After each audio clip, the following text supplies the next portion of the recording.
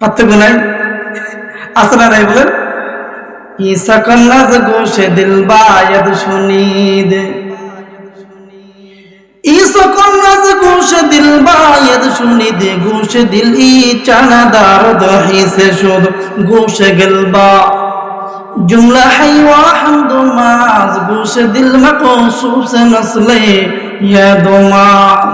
कवि बोलेन पृथिवीर মানুষ আমার আল্লাহ পশু পাখিকে দুইটা করে কান দিয়েছেন, মানুষকে আমার আল্লাহ দুইটা কান দিয়েছেন, কিন্তু মানুষকে আমার আল্লাহ একটা ভিন্ন কান দিয়েছেন। ওই কানটার নাম হলো দিলের কান। কিসের কান ভাই? দিলের কান। এই দিলের কান মানুষ ব্যতীত আমার আল্লাহ অন্য কাউকে দেয় নাই। ওই কানটা কাজে লাগিয়ে দিলের কান দিয়ে কত শুনবো তো ইনশাআল্লাহ। সম্মানিত শুনি, আল্লাহর হাবিব আল্লাহর নির্দেশে মক্কার কাফের বেঈমানদের যন্ত্রণা নির্যাতনে অতিষ্ঠিত হয়ে হিজরত করে মক্কা থেকে মদিনায় গিয়েছিলেন। আল্লাহর হাবিব হিজরতের আগে সাহাবায়ে কিরামকে বলে দিলেন, মক্কা ছাড়ো, মদিনায় চলো, একা পড়ো একা যাও, সঙ্গী সাথীদেরকে নিয়ে পড়ো তাদেরকে নিয়ে যাও, সম্পদ যা পারে নিয়ে যাও, না পারে খালি হাতে পেলে খালি হাতেই চলে যাও, রাতে পেলে রাতে যাও, দিনে পেলে তোমরা দিনে যাও, হয় বলে যাও নয় না বলে চলে যাও, কিন্তু মক্কা ছাড়ো। কোথায় যাও? কোথায় যাও? কথা বলুন, কোথায় যাও? মদিনায় যাও। সাহাবায়ে কেরাম জিজ্ঞাসা করলেন, ইয়া রাসূলুল্লাহ, আমরা মক্কা থেকে মদিনায় চলে যাব, আপনি? আল্লাহর হাবিব বললেন, তোমরা যাও, আমি হযরত আবু বকর সিদ্দিক রাদিয়াল্লাহু তাআলা আনহুকে নিয়ে আসতেছি। সুবহানাল্লাহ বলবেন না? সাহাবায়ে কেরাম মক্কা ছেড়ে মদিনার পথে রওনা। কেউ কেউ মদিনায় গিয়ে পৌঁছে গিয়েছে। আল্লাহর হাবিব সাল্লাল্লাহু আলাইহি ওয়াসাল্লাম সর্বশেষ হযরত আবু বকর সিদ্দিক রাদিয়াল্লাহু তাআলা আনহুকে নিয়ে মক্কা থেকে মদিনার উদ্দেশ্যে রওনা করলেন। ইতিমধ্যে কিছু কিছু সাহাবায়ে কেরাম আগেই মদিনায় গিয়ে পৌঁছে গিয়েছে। মদিনাবাসীদেরকে জানিয়ে দিলেন, নবী আসতেছে। কে আসতেছে? যারা যাবে যাও, নবীকে আগিয়ে নিতে কে কে যাবে যাও, নবীকে রিসিভ করার জন্য তোমরা কে কে যাবে যাও।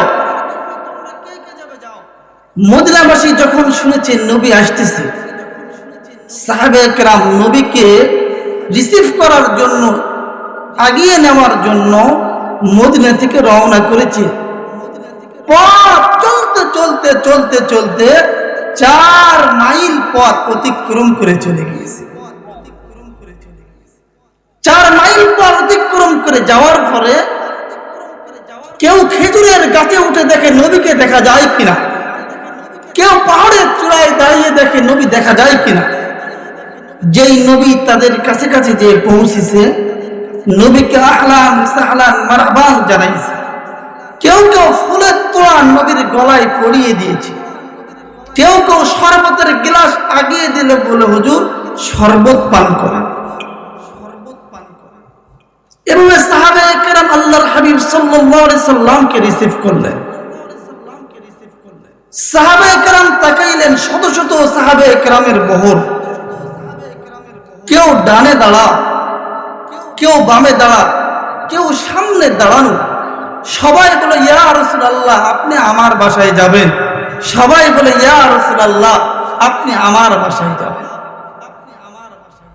আমি একা মানুষ, আপনারা যারা উপস্থিত রয়েছেন সবাই যদি বলেন, হুজুর আমার বাড়ি চলেন, হুজুর আমার বাসায় চলেন, হুজুর আমার বাসায় চলেন, আমি যদি একজনের বাসায় যে আরেকজনের মন ক্ষুণ্ণ হতে পারে কিনা? কথা বলেন। মদিনা থেকে সাহাবায়ে কেরাম আল্লাহর হাবিবকে রিসিভ করার জন্য প্রায় 4 মাইল পায়ে হেঁটে চলে গিয়েছেন। নবীর সাক্ষাৎ পেয়েছেন। অনেক লম্বা কথা, সময় স্বল্পর জন্য লম্বা করব না, সার সংক্ষেপ বলে আসল গন্তব্য স্থানে নিয়ে যেতে চাচ্ছি। মনোযোগী হন। আল্লাহর পয়গম্বর মদিনাবাসীর রিসিভ থেকে কান্নায় ভেঙে পড়লেন। না দেখে দেখেই বলতেছিলেন, রে মক্কার কপাল পোড়ারা, নবী চিনলে না তোমরা? দেখো দেখো দেখো দেখো কত শান শৌকতের সহিত মর্যাদা সহকারে মদিনাবাসী আমাকে গ্রহণ করতেছে।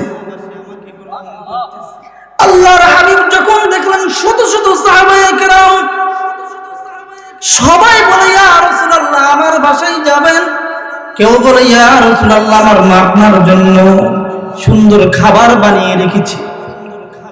আল্লাহর হাবিব উটের পিছনে ছোঁয়ার হয়ে রয়েছেন। আল্লাহর হাবিব মালিককে ডাক দিয়ে বলেন, প্রভু আমি একা নবী কার বাসায় যাব? যদি একজনের বাসায় যে আরেকজন মন ক্ষুণ্ণ হবে, একজনের বাসায় গেলে আরেকজন মনে ব্যথা পেতে পারে, নবী কোথায় যাব? আল্লাহ ডাক দিয়ে বলে, হাবিব তোমার হাতে যে উটের লাগাম হাতে রাখা যাবে না। তোমার হাতের উটের লাগামটা আমি মালিকের কুদরতি হাতের মধ্যে উঠায় দেন। বলেন আল্লাহু আকবার। আল্লাহর হাবিব উটের লাগামটা ছেড়ে দিলেন। সাহাবায়ে কেরাম ডাক দিয়ে বলেন, ইয়া রাসূলুল্লাহ উটের লাগাম আপনি ছেড়ে দিয়েছেন, উট তো সামনে খেত খাবে। খাবে কিনা? খাবে না? আপনার গরুগুলো যদি ছেড়ে দেন, বুঝবে এটা মালিকের, এটা অন্যের না পাইকারি বসাবে? সাহাবায়ে কেরাম প্রশ্ন করলেন, ইয়া রাসূলুল্লাহ উটের লাগাম ছেড়ে দিয়েছেন, ও কোন দিকে যাবে? কোন দিকে যাবে? কার বাসায় যাবে? সামনে ক্ষেতগুলো নষ্ট করবে। আল্লাহর হাবিব বলেন, সাহাবায়ে কেরাম উটের লাগাম আমি ছেড়ে দেই নাই, আমি নবী আমার হাতের লাগামটা আমার মালিকের কুদরতি হাতের মধ্যে তুলে দিয়েছি। নবী ডাক দিয়ে বলেন, সাহাবায়ে কেরাম সবাই তোমাদের বাসায় নিতে চাও? উটের লাগামটা ছেড়ে দিলাম, মালিকের হাতে দিলাম। আমার মালিক নিজ কুদরতি হাতে উটকে যেখানেই নিয়ে যাবে, আমি নবী সেখানে তার বাসায় যাব। সোজা পথ চলতেছিল উট, নবী উটের পিঠে সওয়ার। উট ডানও যায় না বামও যায় না, সামনে যেতে যেতে সোজা পথ বাদ দিয়ে উঁচুর উপরে একটা পাহাড়, পাহাড় বেয়ে বেয়ে উট উপরে উঠতে আরম্ভ করল। এক পর্যায়ে উট পাহাড় বেয়ে বেয়ে বেয়ে বেয়ে উঠে পাহাড়ের উপরে একজন সাহাবীর বাসা, যার নাম হল আবু আইয়ুব আনসারী। কি নাম? হযরত আবু আইয়ুব আনসারীর বাসার কিনারায় গিয়ে উট বসে পড়লেন। আল্লাহর পয়গম্বর জিজ্ঞাসা করলেন, এই বাসাওয়ালা কে গো? হযরত আবু আইয়ুব আনসারী বলে, ইয়া রাসূলুল্লাহ এটা আমার বাসা। নাম কি? আবু আইয়ুব আনসারী। আল্লাহর পয়গম্বর জিজ্ঞাসা করলেন, আমি কিন্তু তোমার বাসায় আসিনি, আমাকে কুদরতি হাতে আল্লাহ নিয়ে এসেছেন। হযরত আবু আইয়ুব আনসারী সেই খুশি, তিনি তো খুশিতে বাগবাগ। আল্লাহর পয়গম্বর জিজ্ঞাসা করলেন, আবু আইয়ুব আনসারী তুমি কি ধনী না গরিব? কি জিজ্ঞাসা করলেন? তুমি ধনী না গরিব? আবু আইয়ুব আনসারী বলেন, আলহামদুলিল্লাহ ইনশাআল্লাহ হুজুর আমি ধনী। আল্লাহর পয়গম্বর বললেন, দেখো আমার সাহাবায়ে কেরাম 3 দিন যাবত পথে, খাবার নাই, ঘুম নাই, আরাম নাই, ক্ষুধার্ত অবস্থায় রয়েছে, পারো কিনা খাবারের ব্যবস্থা করতে? দেখো তো। হযরত আবু আইয়ুব আনসারী বলেন, ইয়া রাসূলুল্লাহ কোনো সমস্যা নাই, আমি খাবারের ব্যবস্থা করতেছি। হযরত আবু আইয়ুব আনসারী উট জবাই করে দিয়েছে। সুবহানাল্লাহ বলেন। রান্না পাকা শুরু হয়ে গেছে। সম্মানিত সুধী, এক পর্যায়ে ডেকের পর ডেক, সারি সারি ডাক বসাইছে, খাবার পাক চলতেছে। আবু আইয়ুব আনসারীর বাসা যেহেতু পাহাড়ের উপরে, পাহাড়ের উপরে রান্না চলতেছে। খেজুরের ডালের খড়ি, খেজুরের ডালের খড়ি জাল দিয়ে দেখবেন একটু ধোঁয়া বেশি হয়। কি বেশি হয় ভাই? কি বেশি হয়? ধোঁয়া বেশি হয়, ধোঁয়া বেশি হয়। নিচে খেজুরের বাগান, নিচে কি শত শত ইহুদিরা নিচে কাজ করতেছে। নিচে যে শত শত ইহুদি খেজুরের বাগানে কাজ করতেছে, এর মধ্যে থেকে একজন ইহুদি রয়েছেন যার নাম আব্দুল্লাহ ইবনে সালাম। নাম কি বলেন? নাম কি? আব্দুল্লাহ ইবনে সালাম পাহাড়ের চূড়ার দিকে তাকিয়ে দেখলেন ধোঁয়া দেখা যায়। হযরতে আবু আইয়ুব আনসারীর ছোট বাল করা বন্ধু ছিল আব্দুল্লাহ ইবনে সালাম। আব্দুল্লাহ ইবনে সালাম বলে, আরে আমার বন্ধুর বাসায় ধোঁয়া দেখা যায়, অবশ্যই হয়তো বা রান্না পাকা চলতেছে, একজনকে পাঠিয়ে দিয়েছেন, যাও তো দেখে এসে তো। তিনি দৌড় দিয়ে এসে দেখে যেয়ে বললেন, হযরত আপনার বন্ধুর বাসায় আখেরি নবী মুহাম্মাদুর রাসূলুল্লাহর আগমন হয়েছে। আব্দুল্লাহ ইবনে সালাম বলে, আরে আমার ছোট বালকারা বন্ধু আবু আইয়ুব আনসারী, বন্ধুর বাসায় আখেরি নবী মুহাম্মাদুর রাসূলুল্লাহর আগমন, আর বন্ধু আমাকে খবর দিল না।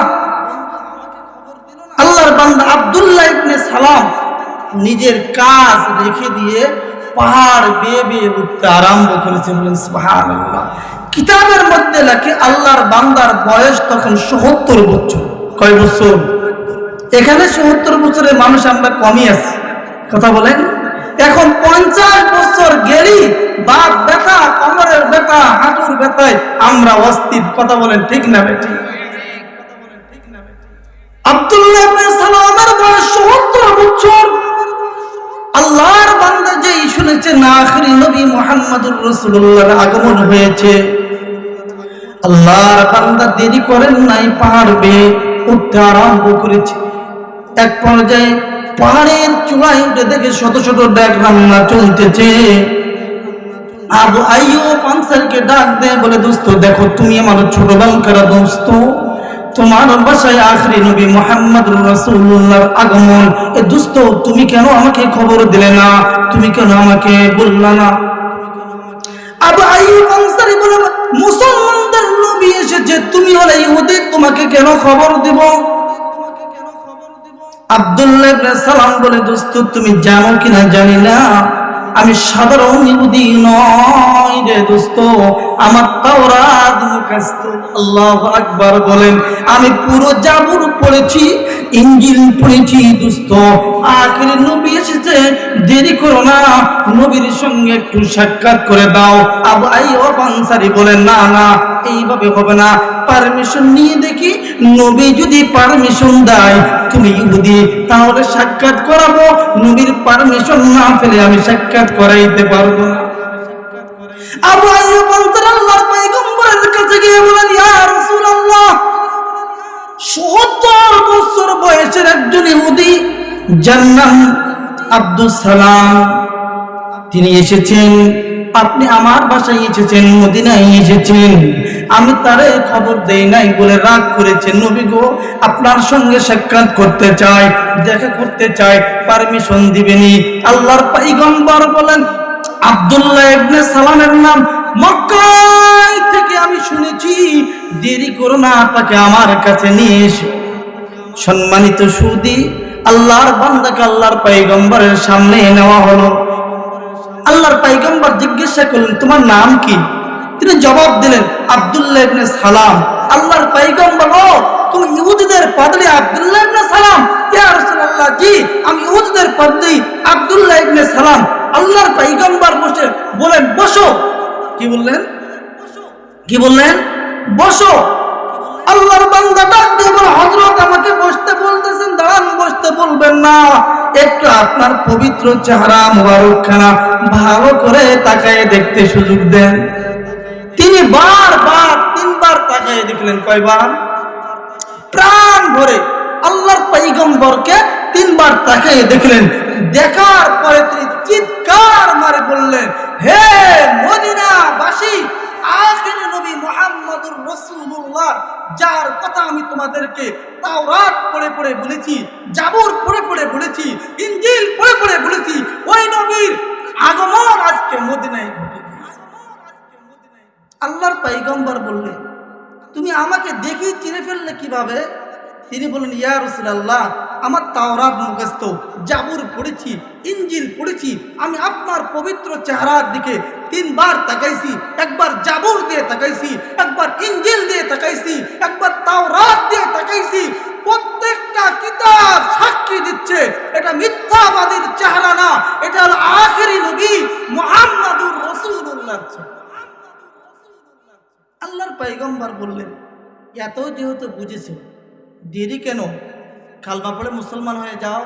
সম্মানিত সুধী, এখনো আলোচনার মেন পয়েন্টে আমি যাইনি, ভূমিকা চলতেছে। একটু মনোযোগী হন, আমাকে 10টা মিনিট সময় দেন, ওটাওটি করবেন, একটু মনোযোগী হন। সম্মানিত সুধী, আল্লাহর পয়গম্বর বললেন, দেরি কেন? তাহলে কালমা পড়ে মুসলমান হয়ে যাও।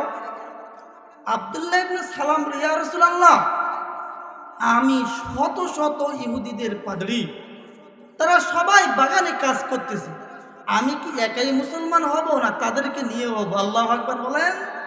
আল্লাহর পয়গম্বর বললেন, একাই কেন হবে, তাদেরকে নিয়ে হও। আব্দুল্লাহ ইবনে সালাম দৌড় দিয়েছেন।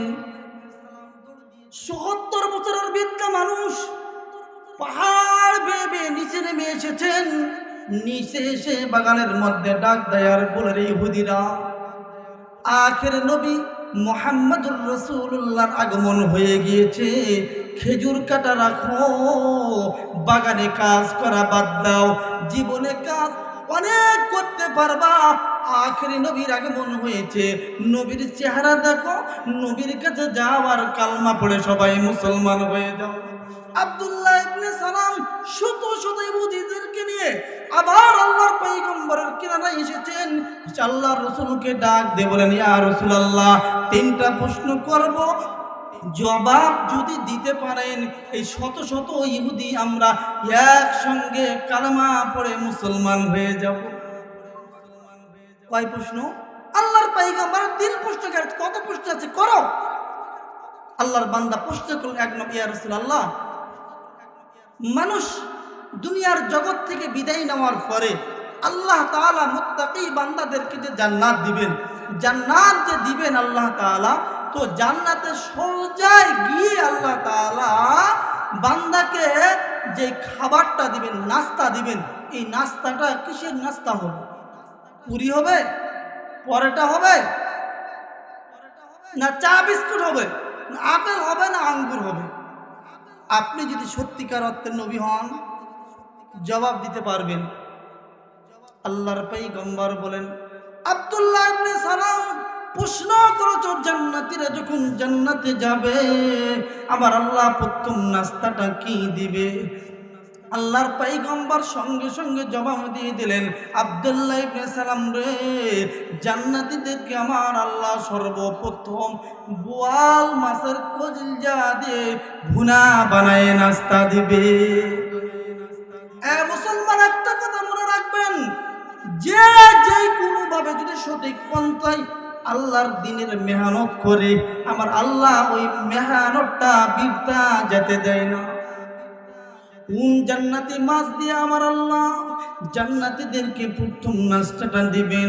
সংক্ষেপে একটু শুনেলেন রে মুসলমান, কিতাবের মধ্যে এসেছে, আমরা জানি হযরতে ইউনূস নবী মাছের পেটে কতদিন ছিলেন? 40 দিন। কতদিন?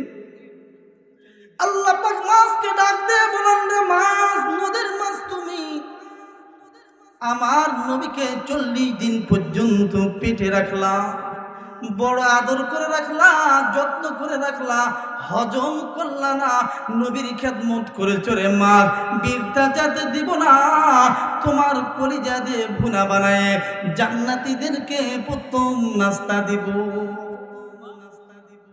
আল্লাহর পয়গম্বর প্রথম প্রশ্নের জবাব দিলেন, বললেন দ্বিতীয় প্রশ্ন করো। আব্দুল্লাহ ইবনে সালাম শত শত ইহুদিদেরকে সামনে নিয়ে আল্লাহর পয়গম্বরকে দ্বিতীয় প্রশ্ন করলেন, ইয়া রাসূলুল্লাহ, পৃথিবীর জগতে আমরা দেখি অনেক সন্তান বাবার মতো হয়, অনেক সন্তান মার মতো হয়। প্রশ্ন, ইয়া রাসূলুল্লাহ, সন্তান কেন বাবার মতো হয় অথবা বাবার চরিত্র পায়? সন্তান কেন মার মতো হয় অথবা সন্তান কেন মার আকৃতি ধারণ করে অথবা সন্তান কেন মায়ের চরিত্র পায়? আল্লাহর পয়গম্বর দ্বিতীয় প্রশ্নের জবাব দিলেন। কি জবাব দিলেন? আল্লাহর পয়গম্বর জবাব দিলেন, আব্দুল্লাহ ইবনে সালাম, স্বামী স্ত্রী যে একটা মিলন, এটা একটা যুদ্ধ। এটা কি ভাই, যারা আমরা বিয়েদার তারা বুঝবো। স্বামী স্ত্রী মিলন সময় এটা একটা যুদ্ধ।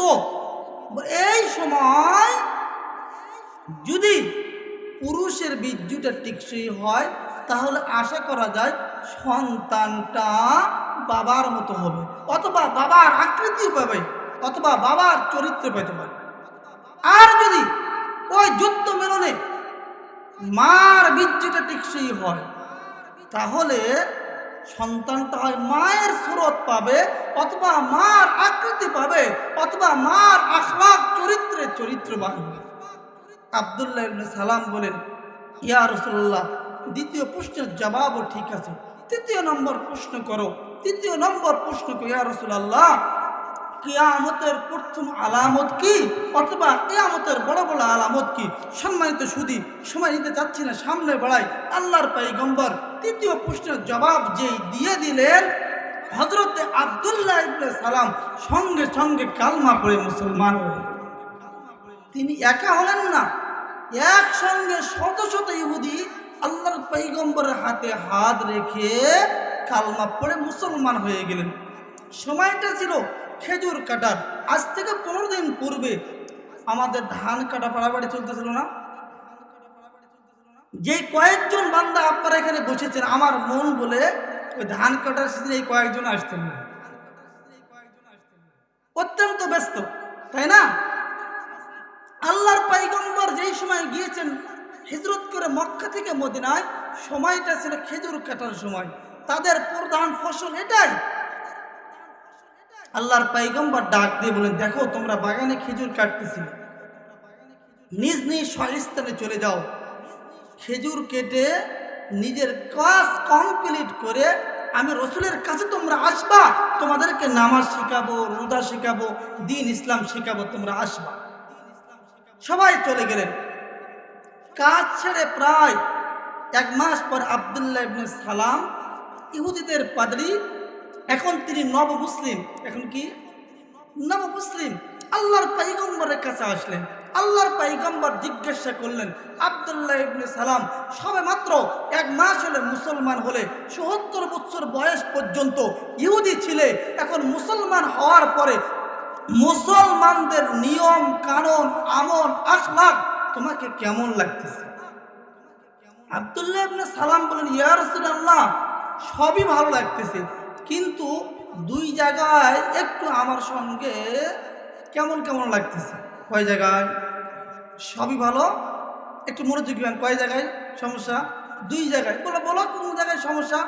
1 নম্বর সমস্যা হলো, ইয়া রাসূলুল্লাহ, যখন ইহুদি ছিলাম তখন ইহুদিদের ছুটির দিন হলো, ফজিলতের দিন হলো শনিবার। কি বার? আমি শনিবারকে রোজা রাখতাম। এখন মুসলমান হয়ে দেখি মুসলমানদের ছুটির দিন, ঈদের দিন, সবচাইতে 7 দিনের মধ্যে সম্মানী দিন হলো শুক্রবার। কি বার? শুক্রবার।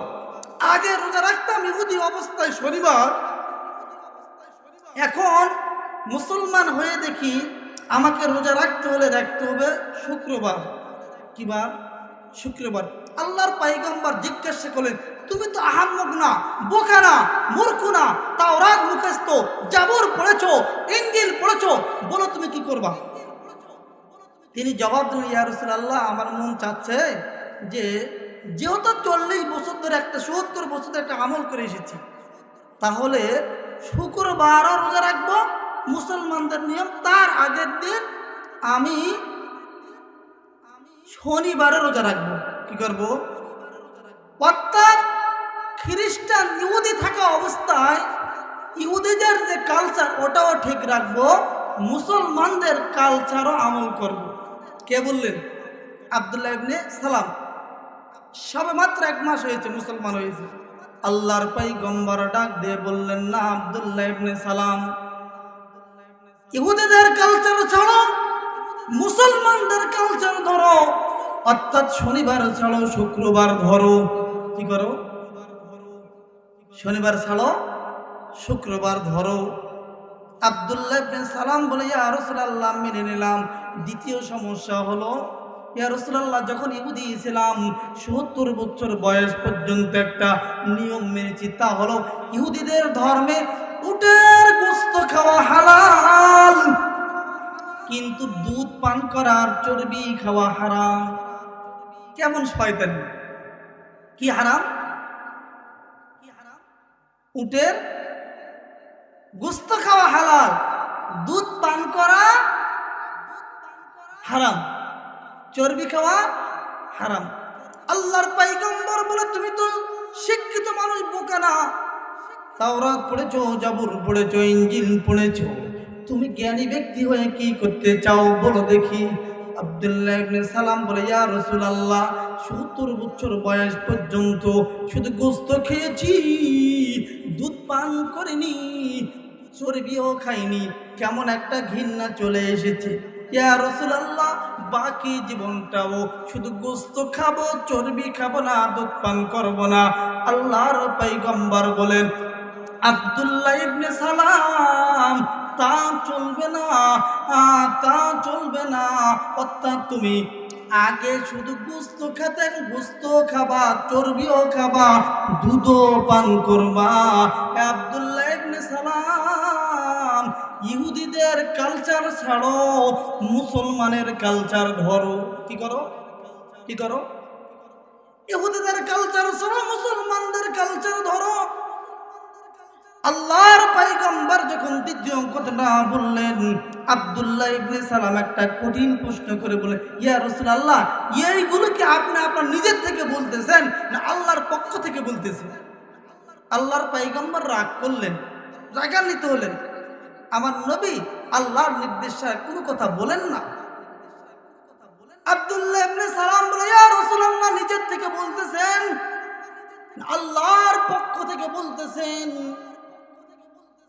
আল্লাহর পয়গম্বর একটু রাগ করলেন। আল্লাহর পয়গম্বর হযরত জিবরাইল আমিনকে ডাক দিয়ে বললেন, জিবরাইল, আমি কি আমার থেকে বলতেছি না আল্লাহর কথা বলতেছি? আল্লাহর পক্ষ থেকে ফয়সালা নিয়ে চলে এসো। আব্দুল্লাহ ইবনে সালাম আল্লাহর পয়গম্বরের কাছে বসা, এখনো নিজ বাসায় যান নাই, পয়গম্বরের কাছ থেকে উঠে দূরে কোথাও যান নাই। হযরতে জিবরাইল আমিন আমার তেলাওয়াতকৃত আয়াত সূরা বাকারার 208 নম্বর আয়াত নিয়ে নাজিল হয়ে গেলেন। সুবহানাল্লাহ বলেন, এসে নবীকে জানিয়ে দিলেন, নবী গো, আব্দুল্লাহ ইবনে সালামের যে জবাব দিয়েছেন আপনি, ওই জবাবকে সাপোর্ট করে আমার আল্লাহ আয়াত নাজিল করে দিয়েছেন। নবীকে জানিয়ে দিলেন, ইয়া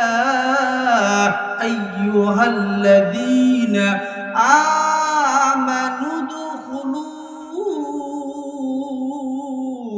ফিস-সিলমি কাফা। আল্লাহ নবীকে জানিয়ে দিলেন, নবী গো, আল্লাহ জানিয়ে দিলেন, হে ইমানদারগণ, হে আব্দুল্লাহ ইবনে সালাম, হে মুসলমান, হে মুমিন, তোমরা পরিপূর্ণ ইসলামের মধ্যে প্রবেশ করো। কার মধ্যে? ভালো করে মনোযোগী বানাবেন। আল্লাহ জানিয়ে দিলেন, কিছু তুমি ইসলামের নিয়ম কানুন মানবা, কিছু মন গড়া চলবা, কিছু ইহুদি খ্রিস্টানদের কালচার তুমি মানবা, চলবে না। প্রকৃত অর্থে যদি মুসলমান হতে চাও, মুমিন হতে চাও, আল্লাহর জান্নাতে যেতে চাও, তাহলে পরিপূর্ণ ইসলামের মধ্যে প্রবেশ করো। কার মধ্যে? পরিপূর্ণ ইসলামের মধ্যে প্রবেশ করো। আল্লাহর এই বিধান শুধু আব্দুল্লাহ ইবনে সালামের জন্য, সবার জন্য বলেন, আপনার আমার জন্য নয়। এবার আসুন, আমরা মুসলমান না হিন্দু না খ্রিস্টান? কথা বলেন, সবাই কথা বলি। সত্যি আমরা মুসলমান। আমরা কি পরিপূর্ণ ইসলামের মধ্যে প্রবেশ করেছি? তো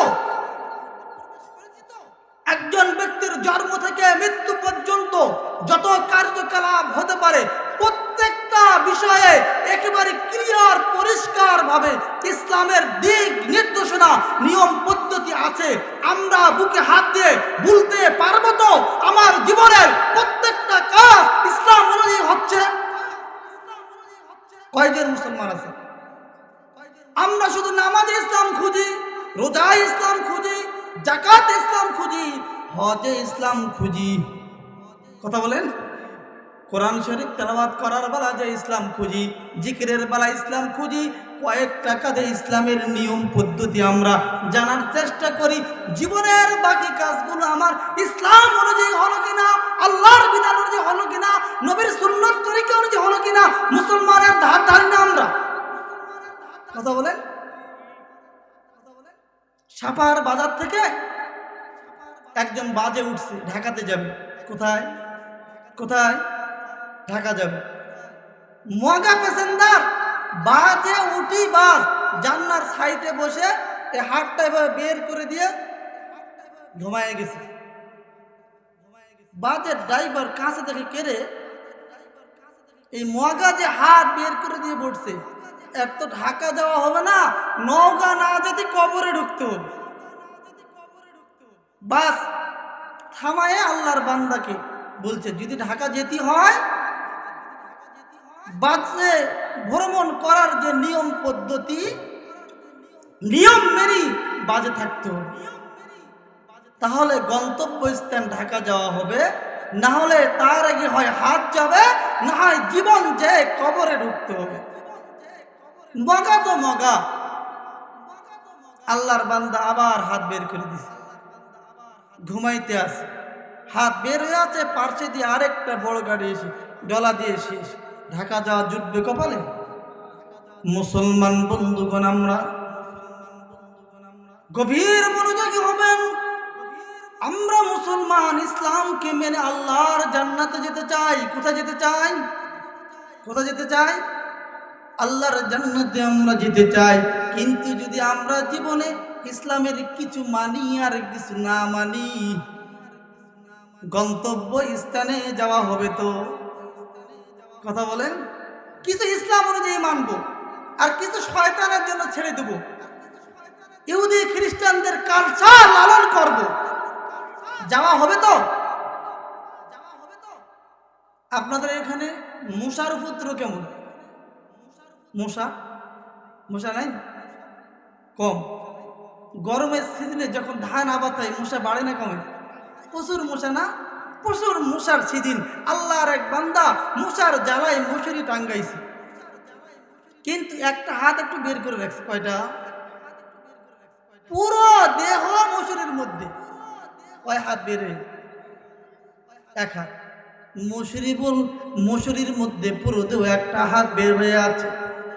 মশা বাবাজি বলবা ঠিক আছে, পুরো দেহ মশারির মধ্যে আছে, ভালো থাকুক, কিন্তু একটা হাত যে বের হয়ে আছে, এমন ভাবে দংশন করব তোমার ডায়রিয়া কলেরায় পরিণত হবে, তোমার টাইফয়েড হবে।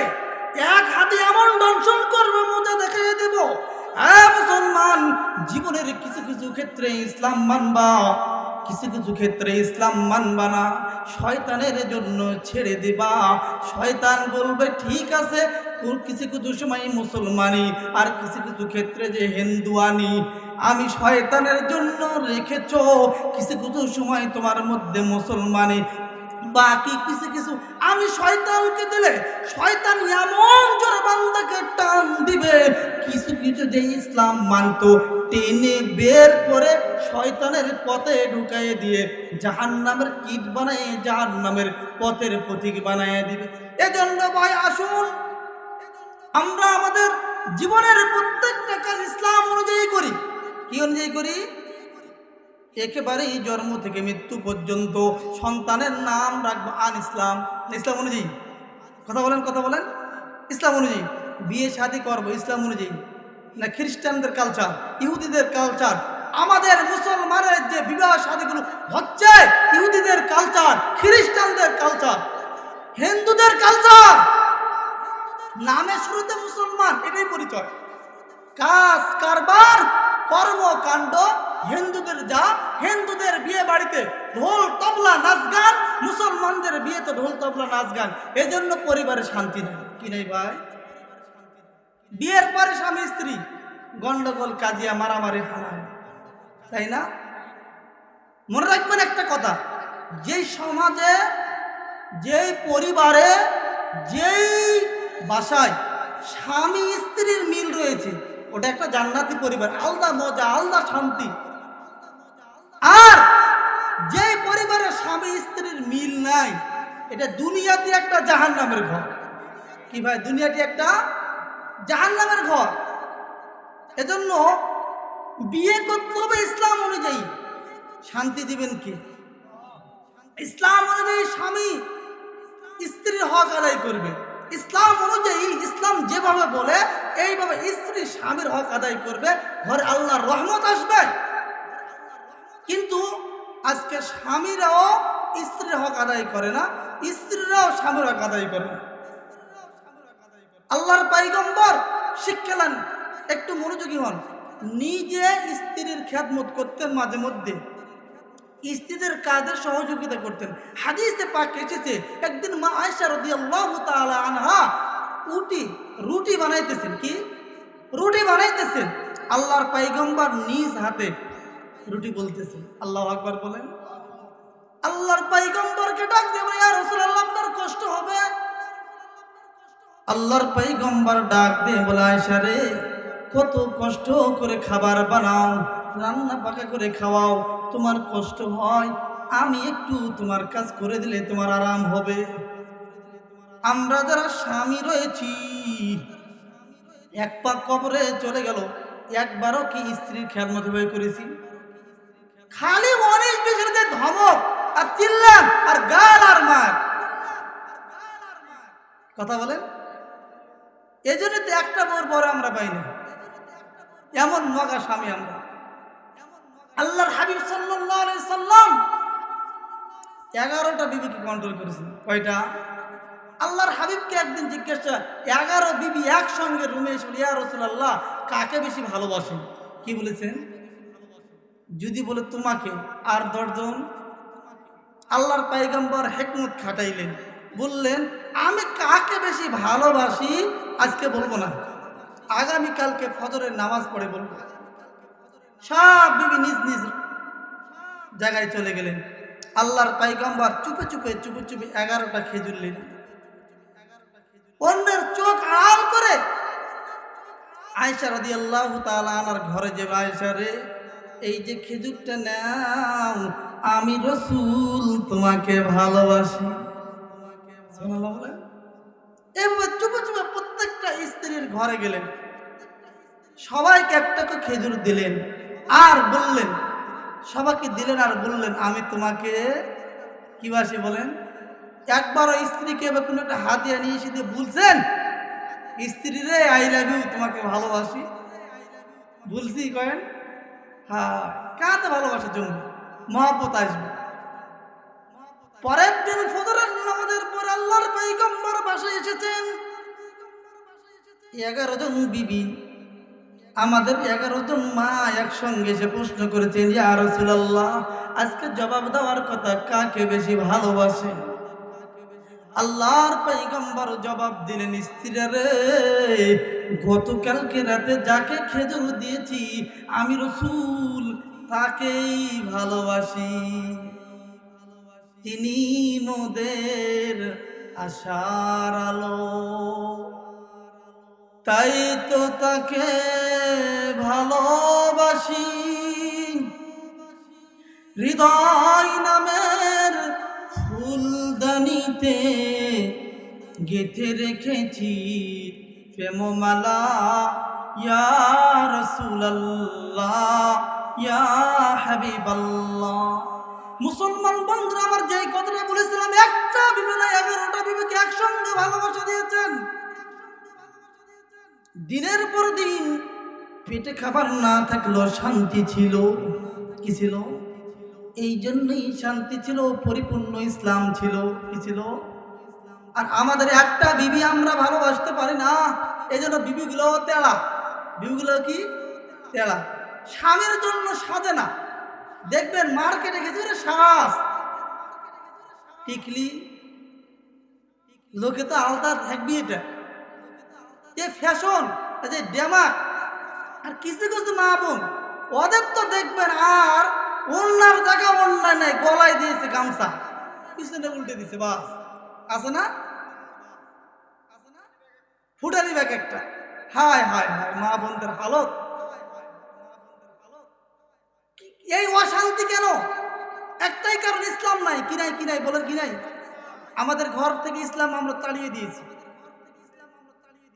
আল্লাহর পয়গম্বর একদিন সাহাবায়ে কেরামকে বললেন, আমি রাসূল মেরাজের সফরে দেখলাম অধিকাংশ নারীরা জাহান্নামী।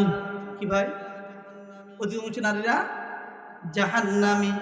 সাহাবায়ে কেরাম জিজ্ঞাসা করলেন, ইয়া রাসূলুল্লাহ, কেন নারীরা জাহান্নামী? পর্দার আড়ালের মা বলে রাখো, একটু মনোযোগী হন, আপনাদের জন্য একটা নসিহত করে যায়। আল্লাহর পয়গম্বর যখন বললেন অধিকাংশ নারীরা জাহান্নামী, সাহাবায়ে কেরাম জিজ্ঞাসা করলেন, ইয়া রাসূলুল্লাহ, কেন জাহান্নামী? আল্লাহর পয়গম্বর জবাব দিলেন, একটা কারণে অধিকাংশ নারী জাহান্নামী হবে, তা হলো এই নারীরা, মহিলারা স্বামীর সঙ্গে কুফরি করে। কার সঙ্গে? কার সঙ্গে? স্বামীর সঙ্গে কুফরি আবার কিভাবে হয়? দেখবেন একজন পুরুষ স্ত্রীর মুখে হাসি ফোটানোর জন্য মাথার ঘাম পায়ে ফেলে মাঠে কাজ করে, অফিসে কাজ করে, অনেক কষ্ট করে সংসার চালায়। এক পর্যায়ে পুরুষ বেচারা যদি অপারগ হয়ে যায়, দুর্বল হয়ে যায়, তাহলে কিছু কিছু বখাটা নারী আছে, বলে ফেলে যে তোমার হাতে এসে জীবনে আমি শান্তি পেলাম। এমন নারী আপনাদের গ্রামে নাই? আছে? পাওয়া যাবে কিছু?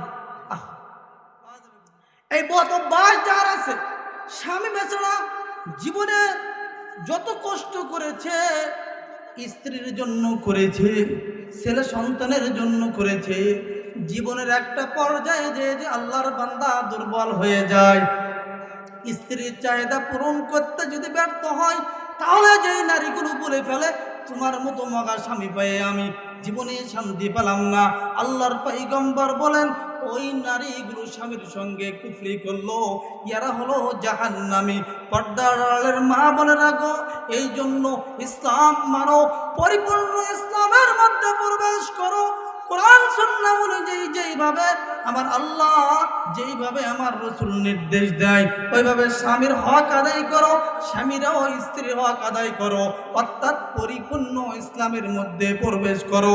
আল্লাহর নির্দেশ, মুসলমান, ইয়া আইয়ুহাল্লাযীনা আমানু দুখুলু ফিস-সিলমি কাফা, তোমরা পরিপূর্ণ ইসলামের মধ্যে প্রবেশ করো। অর্ধেক ভাই, অর্ধেক, একটু একটু আমরা ইসলাম মানি, একটু একটু, অল্প সামান্য জায়গায় জায়গায়, কোথায় কোথায় কোথায় কোথায় ভাই, জায়গায় জায়গায় কাজের ক্ষেত্রে ইসলাম মানি, নামাজে যে একটু ইসলাম মানি, রোজার সময় একটু ইসলাম মানি, যাকাতে ইসলাম মানি, আমরা মাঝে মধ্যে ইসলাম মানি, আর বাদ বাকি জীবনের কাজগুলো আমরা আন ইসলাম করি, আন ইসলাম করি। এজন্য আজকে থেকে এই মাহফিল থেকে আমরা দৃঢ় প্রতিজ্ঞা নেই, জীবনের প্রত্যেকটা কাজ ইসলাম অনুযায়ী করব ইনশাআল্লাহ।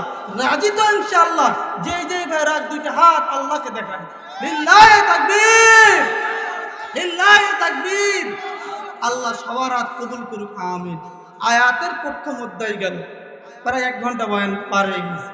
সম্মানিত সুধী, এটা আয়াতের প্রথম অংশ। দ্বিতীয় অংশে আল্লাহ বলেন ওয়ালা তাত্তাবি, ভাই আর কিছু আলোচনা করবো না, শেষ করে দেবো, চালাবো 11টা পর্যন্ত। তারা আসবে না আশা করা যায়। সম্মানিত সুধী, যেহেতু আগামীকালকেও মাহফিল আছে, এজন্য বেশি নম্বর করা ঠিক হবে না। আর কিছুক্ষণ কয়েকটা কথা বলে শেষ করে দেবো ইনশাআল্লাহ। একটু মনোযোগী হন। আয়াতের প্রথম অংশ গেল পরিপূর্ণ ইসলামের মধ্যে প্রবেশ করো, ইনশাআল্লাহ আমরা আপ্রাণ চেষ্টা করবো। কি করবো? এই আয়াতের দ্বিতীয় পরে আল্লাহ বলতেছে ওয়ালা তাত্তাবিউ খুতুওয়াতিশ শাইতান, আল্লাহ বলে বান্দারে শয়তানের পথ অনুসরণ করো না। কি করো না? শয়তানের পথ অনুসরণ করো না, শয়তানের পথে চলো না। শর্মান্তে শুধু দেখবেন সন্তানরা উল্টা পাল্টা করে, খারাপ বকাটা ছেলেদের সঙ্গে চলে, চলে না, উল্টো পথে যদি যায়, মা বাবা নিষেধ করে, বাবা ওর সঙ্গে যেও না, ওর পথ ধরো না, ওই দিকে যেও না। কেন বলে বলেন তো? মা বাবা বোঝে যে যদি আমার সন্তানটা যার সঙ্গে চলতেছে তার আখলাকে আখলাকওয়ালা হয়, তার চরিত্রে চরিত্রওয়ালা হয়, তার পথের প্রতীক হয়, তাহলে আমার সন্তানের জীবনটা ধ্বংস হবে। কথা বলেন। একজন মা, একজন বাবা তার সন্তানকে যেই পরিমাণ মহব্বত করে আর ভালোবাসে, মুসলমান বন্ধুরে তার থেকে কোটি কোটি গুণ আমার আল্লাহ বান্দাকে ভালোবাসে। কে ভালোবাসে? ওই ভালোবাসার দাবিতে আল্লাহ ডাক দিয়ে বলতেছেন, ওয়ালা তাত্তাবিউ খুতুওয়াতিশ শাইতান। এ বান্দা, শয়তানের পথে চলো না। কার পথে? কেন চলবা না? কেন চলবা না জানো? ইন্নাহু লাকুম আদুউম মুবিন। আল্লাহ বলে, বান্দা এই জন্য তুমি সন্তানের পথে চলবা না। শয়তান হলো তোমার প্রকাশ্য শত্রু। শয়তান কি? দোস্ত না শত্রু? আপনি যদি জানেন আজকে বাসায় যাইতেছেন,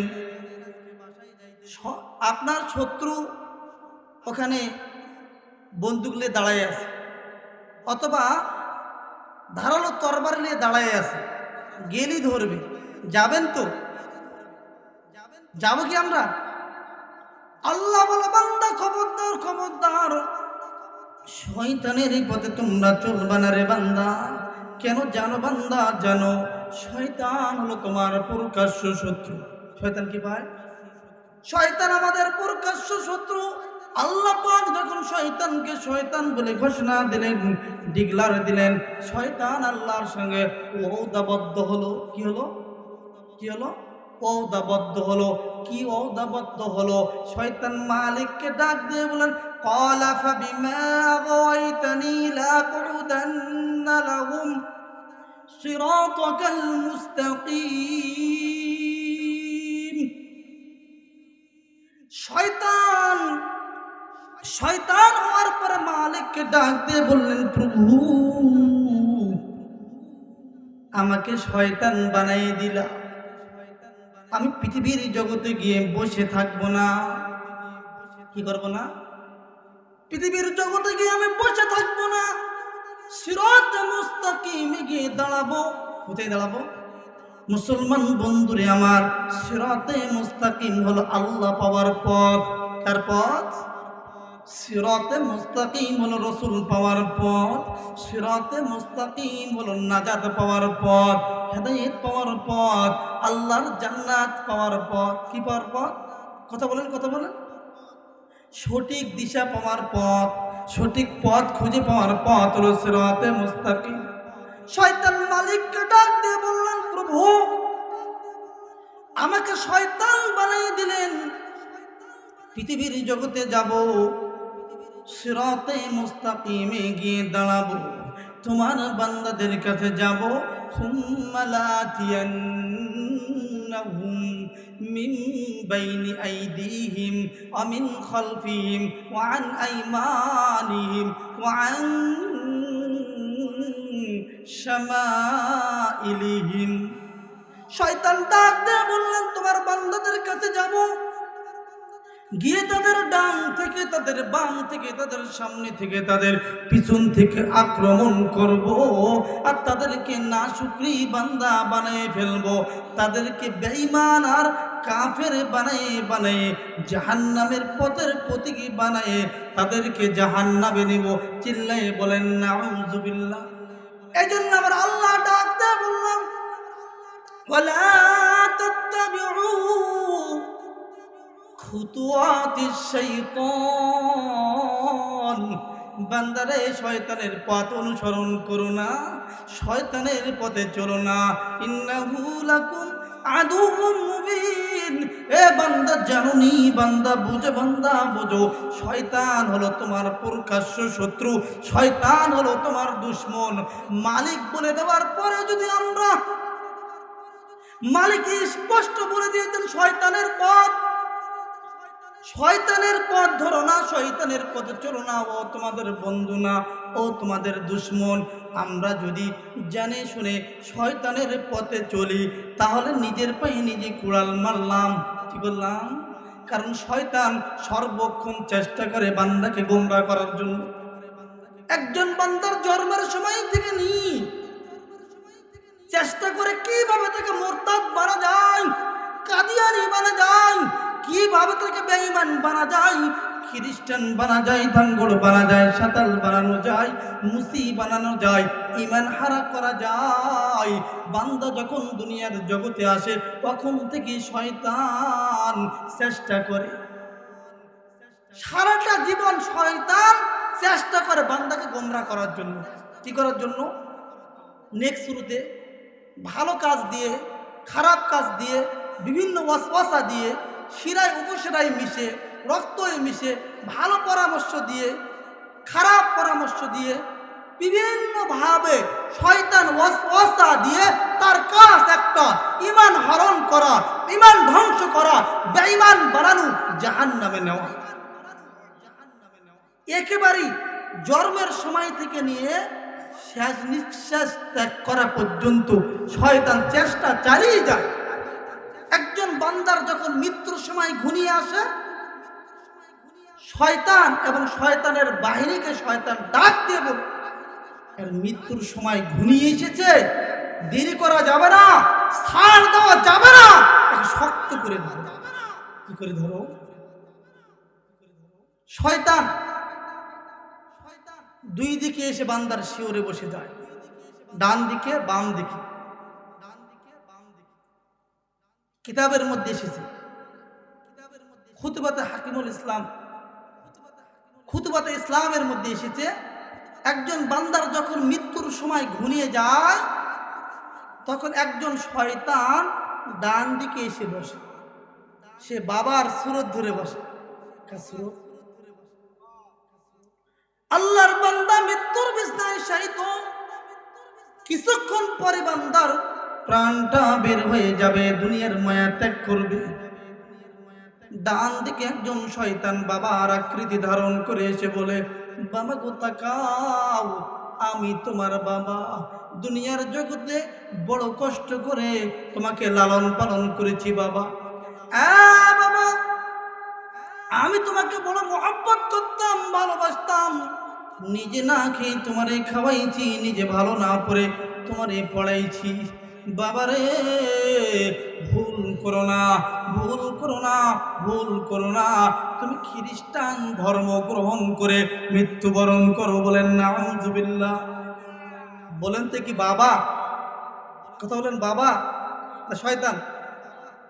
আল্লাহর এই বান্দাটা যদি মরার আগে, যদি মরার পিছনে শহীদ হওয়ার আগে যদি ইসলাম মেনে চলে থাকে, তাহলে আল্লাহর বান্দা চিনতে পায়।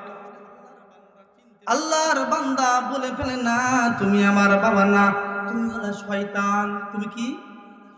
তুমি কি? শয়তান। আল্লাহর বান্দা যখন বলে তুমি শয়তান, ডান দিকের শয়তান বলে হলো না, চলে যা। বাম দিকে আরেকটা শয়তান আসে, বাম দিকে যে শয়তান আসে, এ মার সুরত ধারণ করে আসে। কার সুরত? মা। পৃথিবীর জগতে নিঃস্বার্থ ভালোবাসা হলো মা বাবার। কার ভাই? আল্লাহ, আল্লাহর রসুলের পরে একজন বান্দাকে নিঃস্বার্থ ভালোবাসেন মা, নিঃস্বার্থ ভালোবাসেন বাবা। তাছাড়া ভাইয়ের ভালোবাসা, স্ত্রীর ভালোবাসা, সন্তানের ভালোবাসা, আদাস আর অন্যান্য মানুষের ভালোবাসার পিছনে স্বার্থ লুকাইত। কি লুকাইত ভাই? স্বার্থ ছাড়া ভালোবাসা হলো মা বাবার ভালোবাসা। সম্মানিত সুধী, বাম দিকের শয়তান মা আকৃতি ধারণ করে এসে বলে, বাবা তাকাও, দেখো দেখো আমি তোমার মা এসেছি। কি বলে? কি এসেছে? ও কি মা? ও কি মা না শয়তান? বলে দেখো বাবা তাকাও, আমি তোমার মা এসেছি গো বাবা। বাবা গো 10 মাস 10 দিন পর্যন্ত পেটে ধারণ করেছি। আমার বুকটা ছিল তোমার দুঃখের পাত্র, বড় কষ্ট করে তোমার লালন পালন করেছি। এ বাবা কিছুক্ষণ পরে তোমার মৃত্যু হয়ে যাবে, ভুল করো না বাবা, ভুল করো না। আমি মার কথাটা অমান্য করো না বাবা, অমান্য করো না। তুমি ভুল করো না বাবা, ভুল করো না। মুসলমানের ধর্ম গ্রহণ করে ইমানের উপর মরো না বাবা, ওটা ভুল। এ বাবা তুমি খ্রিস্টান ধর্ম গ্রহণ করো। এ বাবা তুমি ইহুদি ধর্ম গ্রহণ করো। কি করো? ইহুদি ধর্ম গ্রহণ করো। মুসলমান, আল্লাহর বান্দাটা যদি প্রকৃত অর্থে মুমিন হয়ে থাকে, তাহলে আমার মালিক ওই মরণের সময় বান্দাকে সাহায্য করে। কি করে? বান্দাকে সাহায্য করে। হযরত জিবরাইল আমিনকে ডাক দে, বলে রে জিবরাইল, আমার বান্দা সারাটা জীবনের প্রত্যেকটা কাজ ইসলাম অনুযায়ী করেছে, ইসলাম মেনেছে। আমার এই বান্দাটা আজকে মৃত্যুর বিছানায় শায়িত। সারাটা জীবন যারা মুসলমানের কালচার লালন পালন করলো, ইসলামী শরিয়া অনুযায়ী জীবন যাপন করলো, ইসলাম মেনে চলো, ইসলামের পথের প্রতীক ছিল, আমার বান্দাটার মৃত্যুর সময় ঘুরিয়ে এসেছে।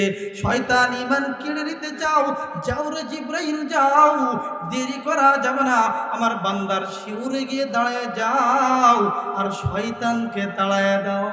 সুবহানাল্লাহ বলেন। মুসলমান লম্বা করতে চাই না, একটু মনোযোগী হন। এটাই লাস্ট মেসেজ, এটাই লাস্ট কথা। আল্লাহ যখন হযরত জিবরাইল আমিনকে ডাক দে, বলেন রে জিবরাইল, দেরি করা যাবে না, আমার বান্দা মৃত্যুর বিছানায় শায়িত, শয়তান ঈমান ধ্বংস করতে চায়, দেরি করা যাবে না, যাও শয়তানকে তাড়ায় দাও। হযরতে জিবরাইল আমিন আল্লাহর অর্ডারে